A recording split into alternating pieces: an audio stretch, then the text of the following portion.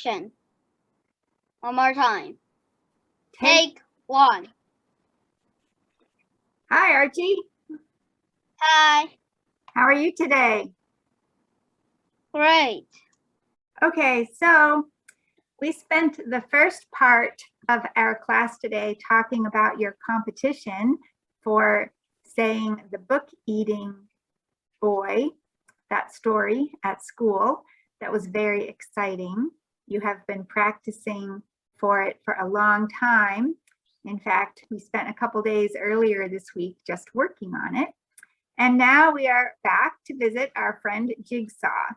So we only have maybe 2 pages left in this section, this project that I have here in Explain Everything. And then we are going to switch to the next section that I have ready for us.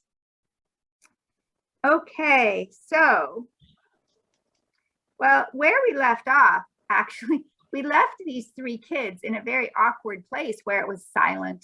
Nobody knew what to say. It was awkward because Kim had gotten very angry with Jigsaw and Mila for doing the very job that she hired them to do, and they were doing it well. Well, we know she was angry because her eyes narrowed, she answered sharply, her face flushed red, and she sniped. Those were some of the clues. And she just did not want her friend Danica put on the suspect list. But Danica had lots and lots of opportunity because she was over at Kim's house all the time and in Kim's room and knew where Kim's jewelry box is. So of course she has to be on the suspect list. Well, we sat in silence. The room darkened as daylight turned to dusk outside the window. So dusk is what we call the time of day when the sun is setting. So we might see a sunset in the sky and the sky is getting darker. A sudden rap on the door, that's a knock, startled us. That means it surprised us. We're like, oh, the door. Kimmy, telephone, a female voice announced. And we know that female means it's a girl's voice. And she says, who is it, Kayla? Kim shouted at the door.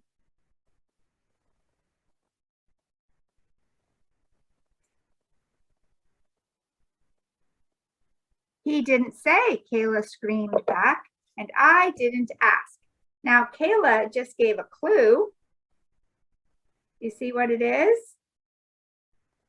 On the phone, is it a boy or a girl? A boy. Right, because Kayla said he didn't say who it was. Kayla screamed back, and I didn't ask. So this I is Kayla because she is the one speaking, and she did not ask the person on the phone who was calling. We followed Kim into the kitchen. Now, in this story, they did not have iPhones and cordless phones or cell phones. Their phones, if you remember from the beginning of this chapter, where do I have here? Their phones were going to maybe be on the wall of the kitchen with a cord. So if the phone rang, then you had to go into that room where the phone was, and then you would have to pick up the receiver to answer the phone and say, hello. So the phone is not going to come to you. You have to go to the phone. So we followed Kim into the kitchen. I heard footsteps clomping up the stairs. Now I want you to remember this sentence because we are going to be reminded of this sentence later on, later on in the story. Okay, remember, Jigsaw is very observant. So he notices what he hears and what he sees, and he kind of files it away in the back of his brain to remember later. So he hears footsteps clomping up the stairs. Clomping is like, Kayla, I guessed. So this I is Jigsaw because there's no quotation marks. Nobody's talking. So it's back to being the person who's telling us the story. That's Jigsaw. So Jigsaw figures the person going back up the stairs is Kayla. Then I, Jigsaw, glanced out the kitchen window. Glance means to take a quick look. Okay, and we're going to notice what he observed. He saw a white mountain bike with red front forks. It was locked beside an apple tree in the backyard. It was a Schwinn Moab 3, a very cool bike. I wished it were mine. And we can see that here they are in the kitchen.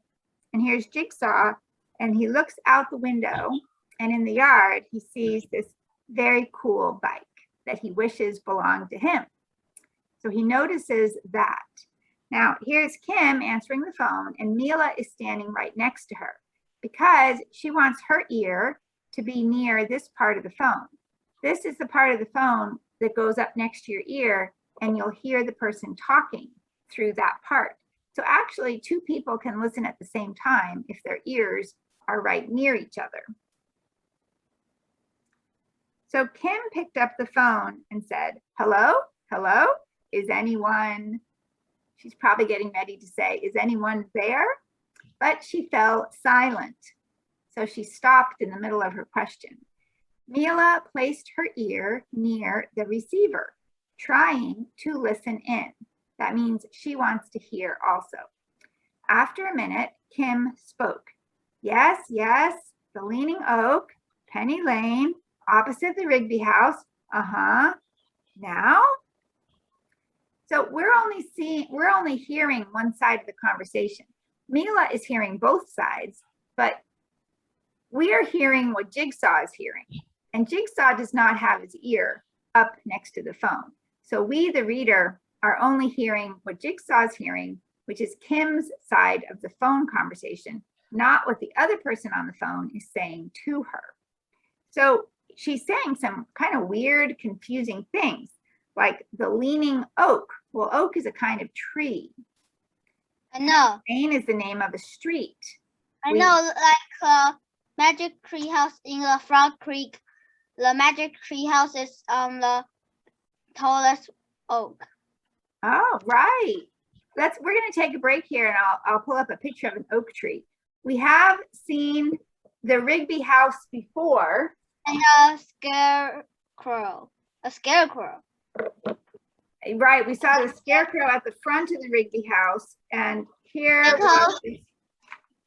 because the scarecrow can move. Yeah, here's the Rigby house. We saw that earlier in the story. Okay, let me take a look for a oak tree. So here we can see a few pictures of oak trees. There are many different kinds of oak trees, and we will see in a minute how you can tell what kind of oak tree it is by looking at the leaf. But here you can see it can be a very big tree. Here is an oak tree looking up, because oak trees have leaves that will change color in the fall. Many oak trees do not change into the bright red and orange that you see with a maple tree. An oak tree's leaves will probably change more yellow, brown, maybe some brownish orange.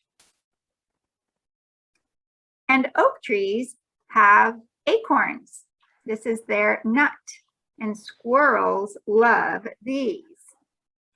Here we can see a big oak tree, very tall. And this shows us some of the different types of oak trees by looking at their leaf.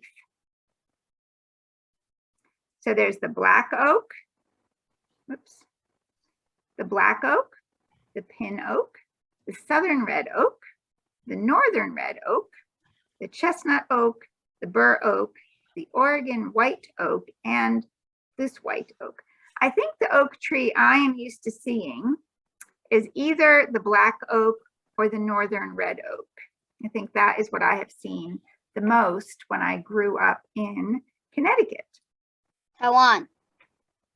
Well, I have not seen an oak tree in Taiwan. Maybe they are here. Do you know? In a forest. In the forest? Because I go to the mountain hiking, I saw some oak tree. Okay, well, these oak trees here are called common North American oak trees. So if there are oak trees in Taiwan, they might be the same and they might be different.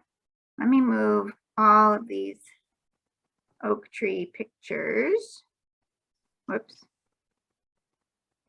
Over here.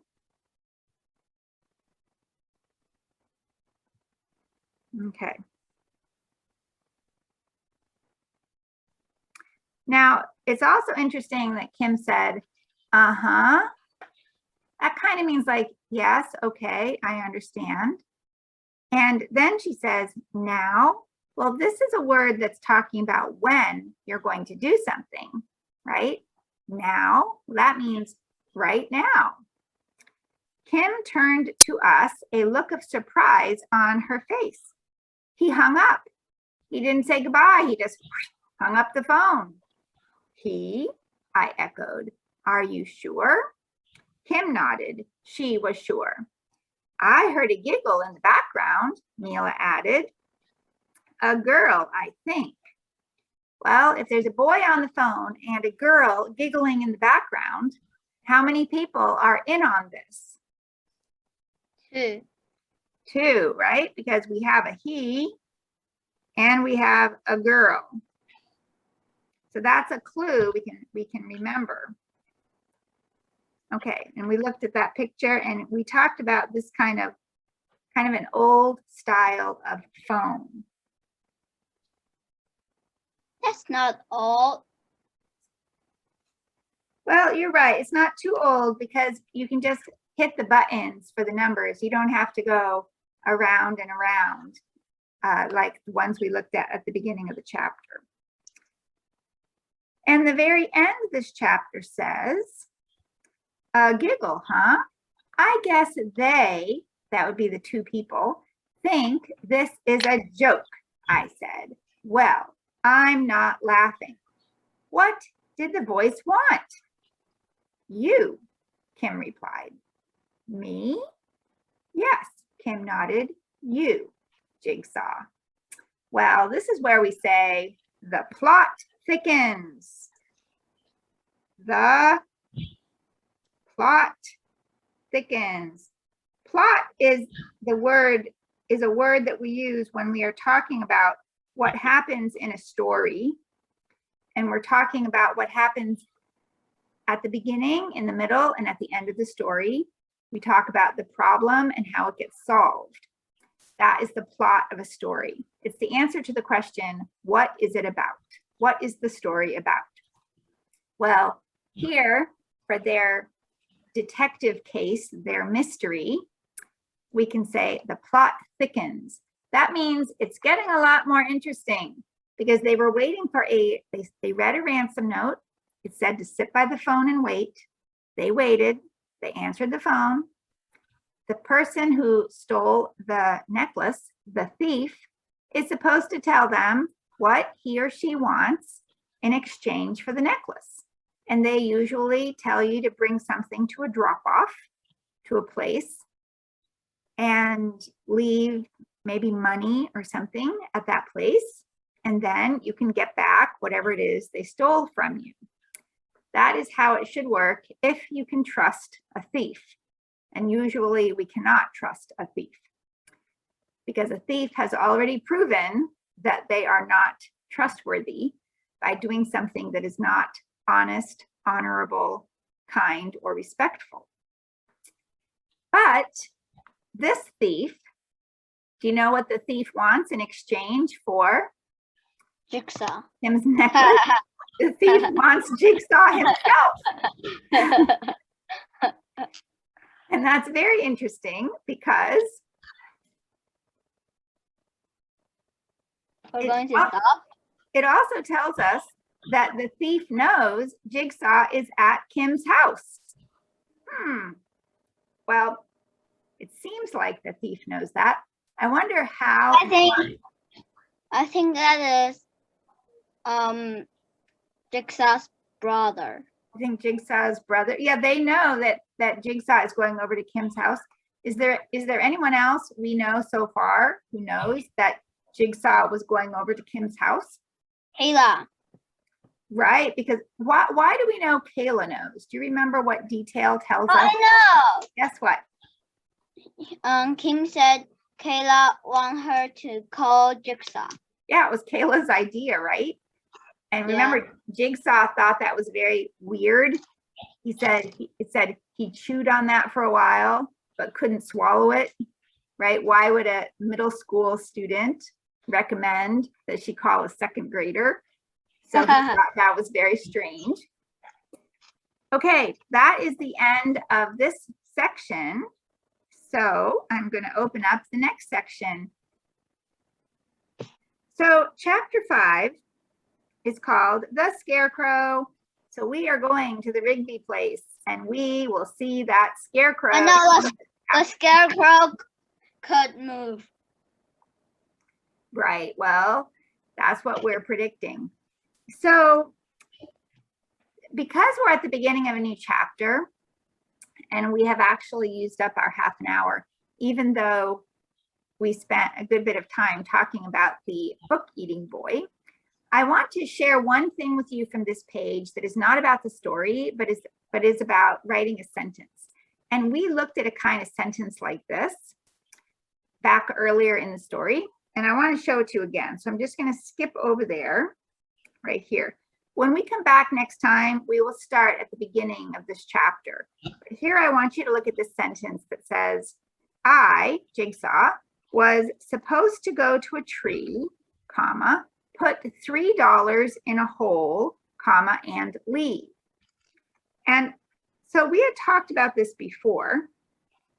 How do we figure out how to do a sentence like this where the same subject is doing 3 or more things? So how it works is like this. If I were to take this and duplicate it 2 times.